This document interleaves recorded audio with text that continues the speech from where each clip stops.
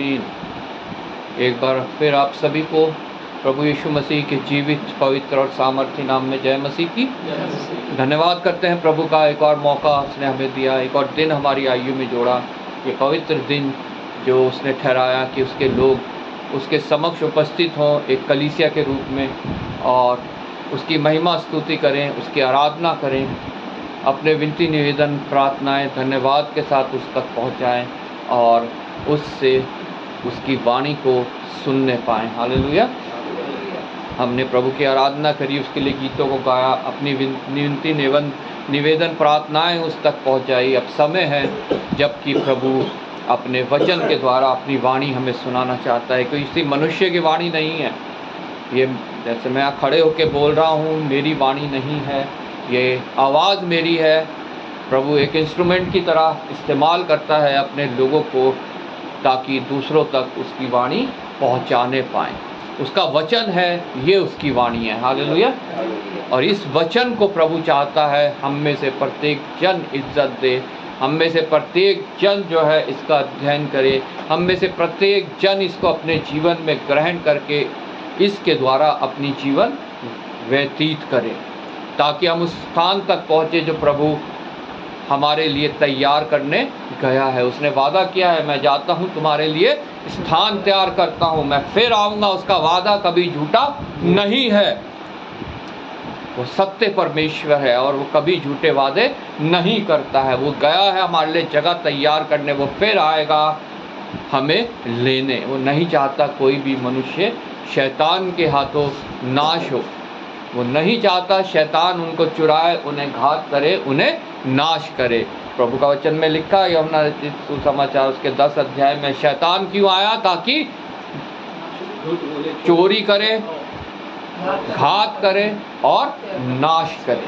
वो यही चाहता है हमें परमेश्वर से चुरा के, हमें घात करके, हमारे को नाश करके अपने साथ ले जाने उस स्थान पे जो उसके और उसकी सेना के लिए, उसके लोगों के लिए जो उसकी आत्मा के द्वारा चलते हैं, उनके लिए जो तैयार किया गया है।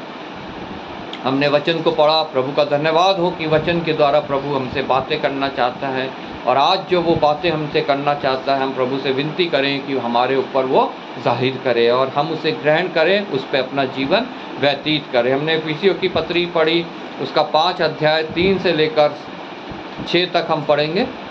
जैसा पवित्र लोगों के योग्य है, वैसा तुम में व्यभिचार और किसी प्रकार के अशुद्ध काम या लोभ की चर्चा तक ना हो, और ना निर्लज्जता, ना मूर्खता की बातचीत की, और ना ठट्टे की, क्योंकि ये बातें शोभा नहीं देती, वरन धन्यवाद ही सुना जाए। क्योंकि तुम ये जानते हो कि किसी व्यभिचारी या अशुद्ध जन या लोभी मनुष्य की, जो मूर्ति पूजक के बराबर है, मसीह और परमेश्वर के राज्य में मिरास नहीं। कोई तुम्हें व्यर्थ बातों से धोखा ना दे, क्योंकि इन्हीं कामों के कारण परमेश्वर का क्रोध आज्ञा ना मानने वालों पर भड़कता है।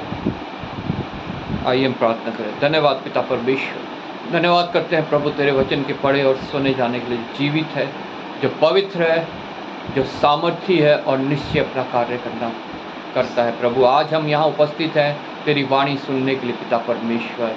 इन वचनों के द्वारा अपनी वाणी हमें सुना, और पिता परमेश्वर हमारे हृदय की भूमि को तैयार कर कि जब वचन का बीज पड़े तो वो नाश ना हो, बल्कि बहुतायत से फल लेके आए। प्रभु धन्यवाद करता हूँ आए हुए प्रत्येक जन के लिए। प्रभु आशीषित करना, अनुग्रहित करना, वचन में बढ़ाना, वचन में चलाना, और पिता परमेश्वर उस स्थान तक साथ लेके जाना जो तू तैयार करने गया है। प्रभु एक बार मैं फिर तेरा धन्यवाद करता हूँ प्रभु कि तूने मुझे विश्वास योग्य जाना और सामर्थ्य दे के यहाँ खड़ा किया है। प्रभु तेरे बिना मैं कुछ नहीं। प्रभु अपनी आत्मा के द्वारा गाइड कर, लीड कर। ये होठ जब खुले तो मेरी वाणी नहीं, तेरी वाणी पिता परमेश्वर हम सब सुनने पाएँ, और पिता परमेश्वर वो वाणी हमें ग्रहण योग्य हो। आदर महिमा तुझे देते हैं प्रभु यीशु के नाम से मांगते, आमीन। इफिसियों के नाम पत्री संत पौलुस द्वारा इफिसिया की कलीसिया को लिखी गई, लेकिन प्रभु के द्वारा ये मेरे लिए, आप सबके लिए, हमारी कलीसिया के लिए भी है। हालेलुया। और ये पत्री जब हम पढ़ते हैं तो यहाँ पे कुछ व्यवहारिक प्रैक्टिकल बातें जो हैं हम देखने को मिलती हैं जो हमारे को अपने जीवन में ग्रहण करनी बहुत आवश्यक है, जिसके द्वारा प्रभु मुझसे आपसे बातें करता है, जो प्रभु हमें चाहता है कैसे हम बने, वो बातें हम इसमें यहाँ पे आज हमने पढ़ी। इफिसियों की पत्री उसका 5 अध्याय उसकी 3 आयत से लिखा है, जैसा पवित्र लोगों के योग्य है, पवित्र लोगों के योग्य। प्रभु मुझे आपको हम सब को जो है वो पवित्र बनाना चाहता है। प्रभु का वचन कहता है तुम पवित्र बनो क्योंकि मैं पवित्र हूँ, और उसे अपवित्र चीज़ कोई भी ग्रहण योग्य नहीं है। अपवित्र चीज़ क्या है? जो प्रभु के स्टैंडर्ड से नीचे की है, जो वचन के विरोध की बातें हमारे जीवन में हैं, अगर कुछ ऐसी, तो हम फिर अपवित्र हैं और हम प्रभु को ग्रहण योग्य नहीं है। लेकिन हमें डरने की आवश्यकता नहीं है। अगर हम आज अपवित्र हैं, आज भी हमारे पास मौका है। प्रभु यीशु मसीह का लहू आज भी उपस्थित है। हालेलुया। हमारे लिए उसका अनुग्रह बहुत है और उसका अनुग्रह विश्वास के द्वारा कार्य करता है। आज भी हम उसके बलिदान पे विश्वास ला सकते हैं, आज भी हम उसके पुनरुत्थान पे विश्वास ला सकते हैं, आज भी हम उसको ग्रहण करके पवित्र बन सकते हैं। हालेलुया। जो सारे हमारे पापों को धो डालने के लिए, मिटा डालने के लिए, भूलने के लिए तैयार है, लेकिन हमें उसके पास उपस्थित होना बहुत आवश्यक है, जैसा पवित्र लोगों के योग्य है। और उन बातों को हमें ग्रहण करना जो पवित्र लोगों के योग्य है हमारे लिए बहुत आवश्यक है। जैसा पवित्र लोगों के लिए योग्य है, वैसा तुम में व्यभिचार और किसी प्रकार की अशुद्ध काम या लोभ की चर्चा तक ना हो। प्रभु का वचन कहता है इन बातों की चर्चा तक हमारे बीच में ना हो, लेकिन हमारे बीच में तो ये सब कार्य उपस्थित होते हैं। हम सब इन कार्यों को करते हैं, जिनकी चर्चा भी हमारे बीच में नहीं होनी चाहिए, उन कामों को हम करते हैं। लेकिन प्रभु का वचन हमें आश्वासन देता है, हमें बताता है, हमें सिखाता है कि प्रभु तैयार है हमारी इन सब बातों को भूलने के लिए, क्षमा करने के लिए, अगर हम उसके चरणों में आते हैं, उसको ग्रहण करते हैं। जैसे पवित्र लोगों के योग्य है, वैसा तुम में व्यभिचार। पहली बात, व्यभिचार मनुष्य करता है, मनुष्यों के साथ भी करता है, और सबसे बढ़कर व्यभिचार वो है जो हम प्रभु को छोड़कर किसी और चीज़ को परमेश्वर से ऊपर महत्व देते हैं। हम परमेश्वर के, जो हमारा दूल्हा है, जो हमारा पति है कलीसिया का, उसको छोड़कर हम दूसरों के समक्ष उपस्थित होते हैं। वो सबसे बड़ा व्यभिचार है, और प्रभु चाहता है कि व्यभिचार किसी भी प्रकार का हमारे बीच में ना हो। सिर्फ हमारा एक ही दूल्हा है, एक ही पति है, जो है प्रभु यीशु मसीह। उसको छोड़कर अगर हम किसी भी चीज़ को उससे अधिक महत्व देते हैं, चाहे हमारा काम है, हमारा रिश्तेदार है, हमारे और देवी देवता हैं, जो संसार में बहुत से ऐसे देवी देवता हैं, 33 करोड़ तो हमारे देश में ही हैं, और पूरी दुनिया में तो पता नहीं कितने होंगे। अगर किसी को भी हम प्रभु यीशु मसीह से अधिक महत्व देते हैं तो हम व्यभिचार करते हैं। हालेलुया। और प्रभु का वचन कहता है व्यभिचार तुम्हारे बीच में ना हो, वैसा तुम में व्यभिचार और किसी प्रकार का अशुद्ध काम। दूसरी बात क्या? किसी भी प्रकार का अशुद्ध काम। अशुद्ध काम क्या है? प्रभु के विरोध की बातें, जो इस वचन में लिखा है, जो गलत लिखा है, जो ये काम गलत है, ये तुमने नहीं करना है, वो जब हम करते हैं तो वो अशुद्ध काम है। और वो अशुद्ध काम हमारे को नरक योग्य बनाने के लिए बहुत है, क्योंकि शैतान की ओर से वो हमारे जीवन में आते हैं। किसी भी प्रकार के अशुद्ध काम या लोभ की चर्चा तक ना हो। और तीसरी बात क्या लिखी है? लोभ, लालच। हमारे अंदर किसी भी प्रकार का लोभ या लालच नहीं होना चाहिए, चाहे वो किसी भी चीज़ के लिए हो। हमारे अंदर कोई भी लोभ की बात, लालच की बात नहीं होनी चाहिए। और ना निर्लजता। निर्लजता मतलब बेशर्मी। हम बेशर्म होके जो है कार्य करते हैं, उन कार्यों को करते हैं जो मनुष्यों के समक्ष भी जो है बेशर्मी के हैं और परमेश्वर के समक्ष भी बेशर्मी के हैं। हम बेशर्म होके, निर्लज होके जिन कार्यों को करते हैं जो प्रभु के विरोध के हैं, और जो कार्य हम मनुष्यों से छिप के करते हैं वो सब निर्लजता के कार्य हैं। कोई भी कार्य ऐसा जो हम मनुष्यों से छुपाते हैं वो निर्लजता के हैं। परमेश्वर से हम कुछ छिपा नहीं सकते, वो हमारा वहम है। हमारे अंदर एक डर है, भय है कि हम परमेश्वर से भी छिपाना चाहते हैं लेकिन वो हम नहीं कर सकते। लेकिन हाँ, मनुष्यों से छुपा छुपा के हम कार्य करते हैं, और वो ही कार्य हैं जो निर्लजता के हैं, जिसको हम सोचते हैं कि कोई मनुष्य देख ना ले, कोई मनुष्य जान ना ले। वो कार्य निर्लजता के कार्य हैं। और निर्लजता ना मूर्ता की बातचीत की। मूर्ता की बातचीत मतलब जो परमेश्वर के विरोध की बातचीत है। ना ठट्टे की, जैसा अभी हमने भजन संहिता के पहले अध्याय में भी पढ़ा कि तुम ठट्टा करने वालों की मंडली में ना बैठना। ना ठट्टे की। लेकिन हमारी मंडली कैसी होती है? वो ही होती है जो ठट्टा करने वालों की है। हम इस मंडली को तुच्छ जानते हैं। जो प्रभु यीशु के नाम से मंडलियां होती हैं, जो प्रेयर मीटिंग्स होती हैं, जो संडे सर्विस होती है, हम इनको महत्व नहीं देते हैं। इनसे ज़्यादा महत्व हम अपनी मंडलियों को देते हैं। अपने दोस्तों के साथ चले जाते हैं, अपने और कार्यों में हम लग जाते हैं।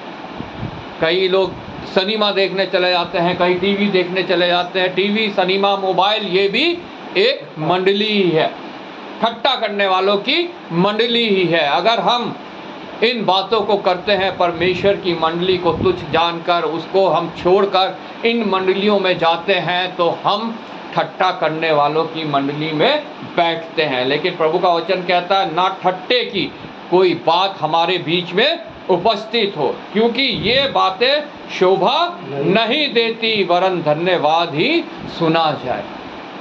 ये बातें जो हैं शोभा नहीं देती है। हम लोग क्या करते हैं, जैसा अभी हमने भजन संहिता में पढ़ा 18वां उसके पहले आयत में, जो दूसरों से अलग हो जाता है वह अपनी ही इच्छा पूरी करने के लिए ऐसा करता है। दूसरों से अलग हो जाता है मतलब मंडली से अलग हो जाता है, प्रभु की मंडली से अलग हो जाता है। वो अपनी ही इच्छा करने के लिए ऐसा करता है। और आगे लिखा है, और सब प्रकार की खरी बुद्धि से बैर करता है। बुद्धि कहाँ से मिलती है हमें? प्रभु के वचन से।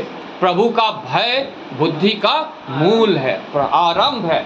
अगर हम बुद्धिमान होना चाहते हैं, जिस व्यक्ति ने ये नीति वचन लिखे, ये कैसे बुद्धिमान हुआ? क्योंकि इसने प्रभु से बुद्धि मांगी, प्रभु की संगति करी, और इसने कुछ नहीं मांगा। इसीलिए ये इतना बुद्धिमान हुआ, और इसने ये नीति वचन मेरे लिए, आपके लिए लिखे, ताकि हम इनको पढ़ें, इन पे विचार करें, इन्हें ग्रहण करें और अपने जीवन में इन्हें लागू करें। जो दूसरे से अलग हो जाता है वह अपनी ही इच्छा पूरी करने के लिए ऐसा करता है, और सब प्रकार की खरी बुद्धि से बैर करता है। दूसरों से अलग हो जाता है, संगति से, कलीसिया से और मसीह लोगों से अलग हो जाता है। वो अपने ही लिए ऐसा करता है, अपनी इच्छा पूरी करने के लिए, ताकि उसकी इच्छा क्या होती है? बुरे काम, प्रभु के विरोध के काम। क्योंकि अगर वो मंडली में रहेगा तो ये सब प्रभु के वचन जो है उसे कायल करेंगे, कन्विट करेंगे, ताड़ना देंगे। इसलिए वो मंडली से अलग हो जाता है, ताकि अपने दुष्ट काम शैतान जो उनसे कराना चाहता है उसको पूरा करे। लेकिन जब हम संगति रखते हैं, हम मंडली में आते हैं, हम प्रभु के समक्ष उपस्थित होते हैं झुंड के रूप में, तो प्रभु की आत्मा हमें गाइड करती है, लीड करती है। प्रभु वचन के द्वारा हमें जो है समझाता है, हमें बताता है और हमें सामर्थ देता है, ताकि हम अपने जीवन में उन कार्यों को छोड़ सके जो हमारे अंदर प्रभु के विरोध के कार्य हैं। और सब प्रकार की खरी बुद्धि से बैर करता है। वो अलग हो जाता है मंडली से और सब प्रकार के बुद्धि से बैर करता है। जो परमेश्वर हमारे को बुद्धि देता है कि तू ये गलत है, ये तूने नहीं करना है, उससे वो बैर करता है और वो अपने ही बुद्धि का सहारा लेता है। हालेलुया। ना ठट्टा की, इसलिए जब हम इसमें भी पढ़ते हैं, पीछे की पत्री में हमने कहा पढ़ा 15वीं आयत से लिखा, इसलिए ध्यान से देखो कि कैसी चाल चलते हो। आज मैं कैसी चाल चल रहा हूँ, मुझे ध्यान से देखना बहुत आवश्यक है। वो ध्यान से देखना कैसे है? वचन के द्वारा मैं चल रहा हूँ कि नहीं चल रहा हूँ। 14वीं आयत में हमने पढ़ा, इस कारण वह कहता है, हे सोने वालों जाग और मुर्दों में से जी उठ, तो मसीह की ज्योति तुझ पर चमकेगी। हे सोने वालों जागो, जो अभी भी गफलत में सोए पड़े हो, जो अभी भी सोचते हो कि हमारे लिए कुछ भी नुकसान नहीं है, हमारा जीवन बस खाना पीना मौज मस्ती करना है और उसके बाद तो मर ही जाना है। अरे ये मरने के बाद का जीवन के बारे में सोचो कि तुम अनंत कहाँ पे बिताओगे। हे सोने वालों जागो, और क्या लिखा है? मुर्दों में से जी उठो। मुर्दे कौन? मुर्दे वो हैं जो प्रभु के वचन के विरोध में चल रहे हैं, क्योंकि उनको अनंत मृत्यु मिलने वाली है, हमेशा के लिए वो मरने वाले हैं। उनके लिए लिखा गया है, मुर्दों में से जी उठो और अनंत जीवन की तरफ बढ़ चल। हे सोने वालों जागो और मुर्दे में से जी उठो। आज अगर मैं मुर्दा हूं तो आज मेरे पास मौका है, प्रभु मुझे जीवन देना चाह रहा है, लेकिन वो ज़बरदस्ती मेरे लिए नहीं करता है। वो किसी मनुष्य के लिए ज़बरदस्ती नहीं करता है। वो चाहता है कि हम वचन के द्वारा उसको ग्रहण करें, हम उस पर विश्वास लाएं। लेकिन अगर हम थोड़ा सा भी उसके तरफ बढ़ते हैं, वो हमें दौड़ कर गले लगाने वाला परमेश्वर है। हालेलुया। हमने उड़ाऊ पुत्र के विषय में पढ़ा है, सब कुछ उड़ा दिया उसने, हर प्रकार के पाप किए उसने, प्रभु के विरोध की बातें की, कार्य किए, निर्बुद्धि बना। लेकिन जब वो लौटा पिता के ओर, वो दूर ही से, पिता उसका रोज इंतजार कर रहा था, रोज देखता था, और जब उसने उसकी छवि दूर से ही आती देखी, वो उसकी तरफ दौड़ के गया और उसे गले लगा लिया। ऐसा ही हमारा परमेश्वर है। उसी के विषय में वो लिखा गया है एक मेटाफोर की तरह कि हमारा परमेश्वर हमारे को ऐसे दौड़कर गले लगाने वाला परमेश्वर है। सिर्फ हमें अपने पुरानी ज़िंदगी को छोड़कर उसकी ओर बढ़ने की आवश्यकता है। हालेलुया। वो मेरे लिए भी तैयार खड़ा है, इंतज़ार कर रहा है कि मेरा पुत्र कब लौट के आए। वो आपके लिए भी इंतज़ार कर रहा है। इसलिए ध्यान से देखो कि कैसी चाल चलते हो, निर्बुद्धियों के समान नहीं पर बुद्धिमानों के समान चलो। निर्बुद्धियों के समान नहीं। हम सोचते हम बुद्धिमान हैं, अपनी ही बुद्धि का सहारा लेते हैं, लेकिन हम निर्बुद्धि हैं। उसने हमें इसलिए चुना है, अपने लोगों को जो वचन पे चलते हैं, ताकि बुद्धिमानों को लज्जित करें, क्योंकि हम अपनी बुद्धि का सहारा नहीं लेते, हम परमेश्वर की बुद्धि से चलने वाले लोग हैं। हालेलुया। निर्बुद्धियों के समान नहीं पर बुद्धिमानों के समान चलो।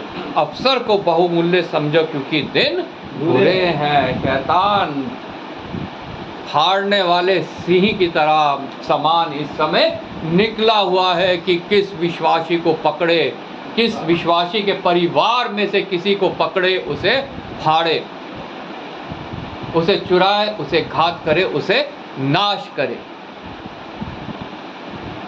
आज शैतान इसी फिराक में है कि विश्वासियों को, उनके परिवारों को वो नुकसान पहुंचाए।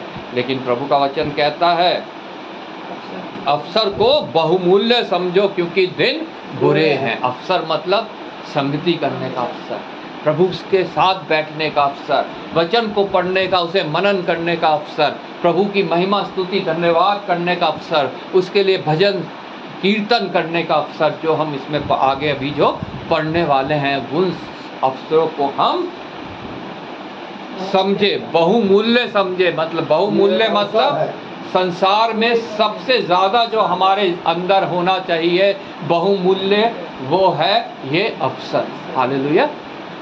इसीलिए तो लिख रहा प्रभु, इसलिए प्रभु कहता है बहुमूल्य समझो क्योंकि दिन बुरे हैं।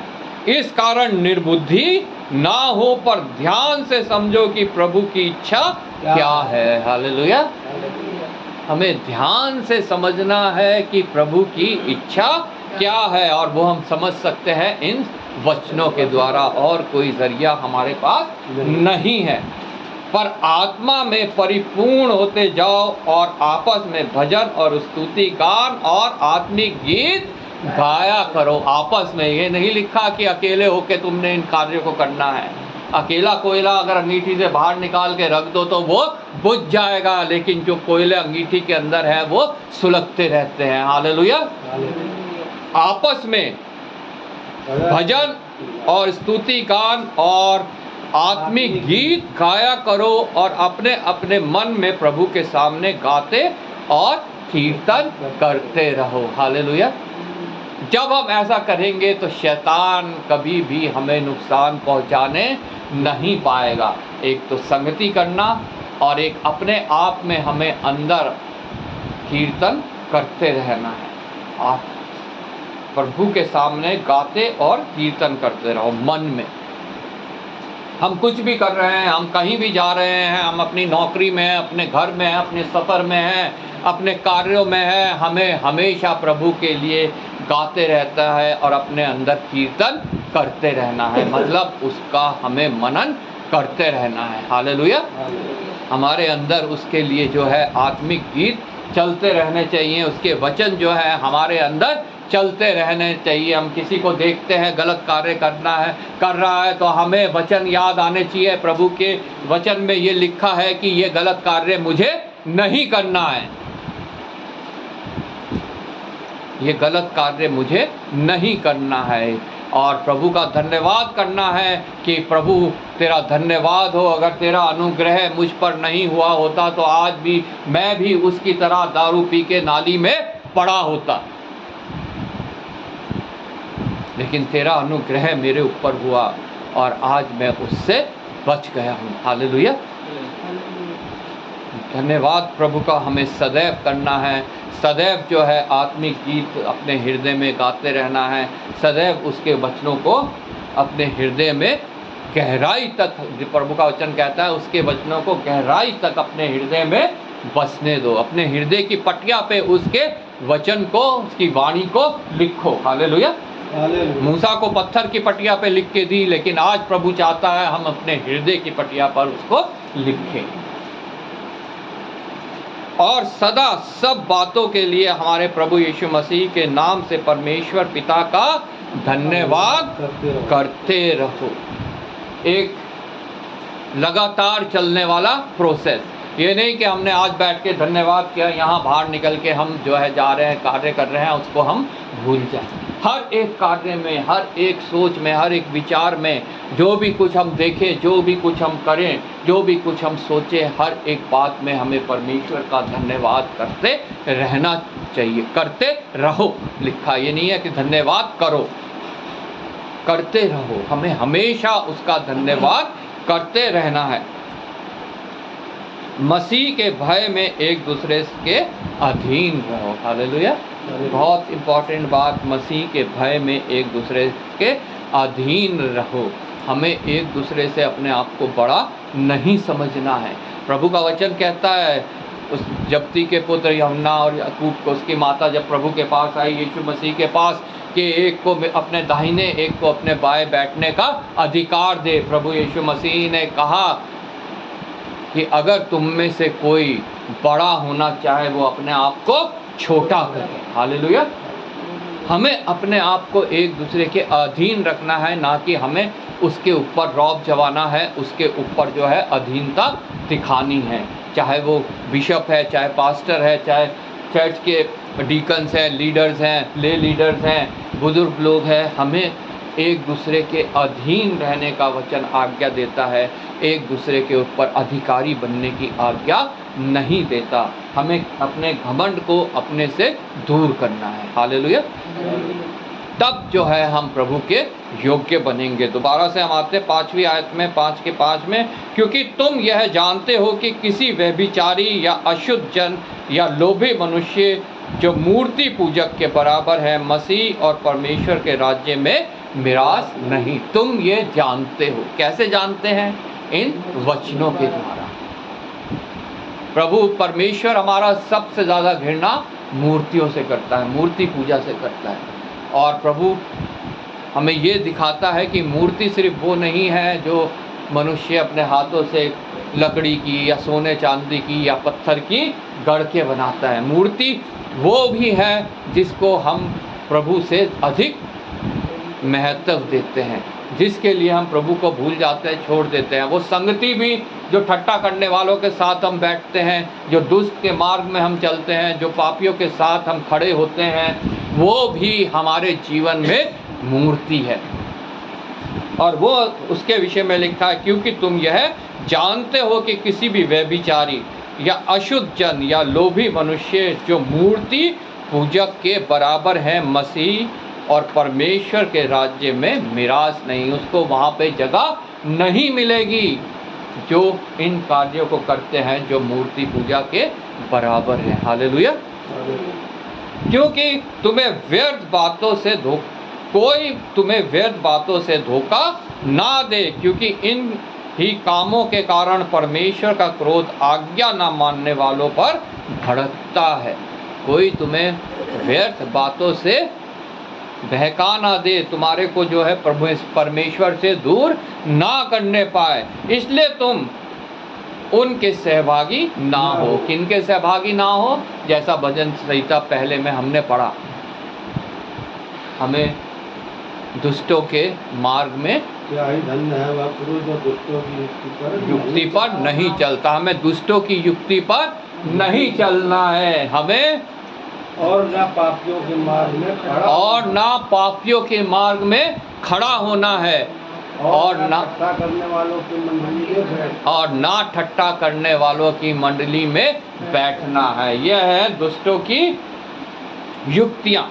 प्रभु का वचन में तीनों चीज एक ही आयत में दे दिया। हाँ, खड़ा होना, बैठना, चलना। खड़ा होना है और न बैठना है, ओ न चलना है, न खड़ा होना है, न बैठना है। क्योंकि इन ही कामों के कारण परमेश्वर का क्रोध आज्ञा न मानने वालों पर भड़कता है, इसलिए तुम उनके सहभागी ना हो। क्योंकि तुम तो पहले अंधकार थे, परंतु अब प्रभु में ज्योति हो, अतः ज्योति की संतान के समान चलो। मैं भी, आप भी, जितने हम अपने आप को प्रभु के कहलाते हैं, हम पहले सब अंधकार की संतान थे। अंधकार की संतान मतलब जन्म से ही हम पापी थे, लेकिन प्रभु ने हमारे पर अनुग्रह किया और आज हम जो है ज्योति की संतान है। और प्रभु चाहता है कि हम ज्योति की संतान की तरह चलें। और आज अगर हम अपने आप को जांचें, हमारे अंदर अभी भी कुछ अंधकार पाया जाता है, तो प्रभु चाहता है, जैसा भजन संहिता में लिखा, हमारा मन जो है सदैव, दूसरी आयत में, परंतु वह तो यहोवा की व्यवस्था से प्रसन्न रहता है। कौन? जो ज्योति पे चलता है। हालेलुया। जो ज्योति की संतान है और उसकी व्यवस्था पर रात दिन ध्यान करता रहता है। आज हमारे अंदर अगर कुछ अंधकार की बातें हैं तो हमें फिर प्रभु से प्रार्थना करनी है, हे प्रभु अपनी व्यवस्था मुझे बता, ताकि मैं तेरे व्यवस्था पर रात दिन ध्यान करता रहूं और उस वृक्ष के समान बनूं जो बहती नालियों के किनारे और जो अपनी ऋतु में फलता है और जिसके पत्ते कभी मुरझाते नहीं, और जो कुछ मैं करूं वह सफल होने पाए। हालेलुया। प्रभु आपको इन वचनों के द्वारा आशीष दे। निश्चय प्रभु हमारे लिए कार्य करता है, सामर्थ्य है, उसके वचन हमसे बातचीत करते हैं। और आज भी अगर हम में कुछ ऐसी बातें हैं जो प्रभु के विरोध की हैं, तो वो तैयार है अपनी सामर्थ्य के द्वारा हमसे उन बातों को दूर करने के लिए। इसलिए हमें ध्यान करना है इन वचनों पर कि हमें कैसे उस मार्ग पे चलते हुए उस स्थान तक पहुंचना है जो प्रभु यीशु मसीह मेरे लिए, आपके लिए तैयार करने के हैं। हालेलुया। मैं प्रिंस से रिक्वेस्ट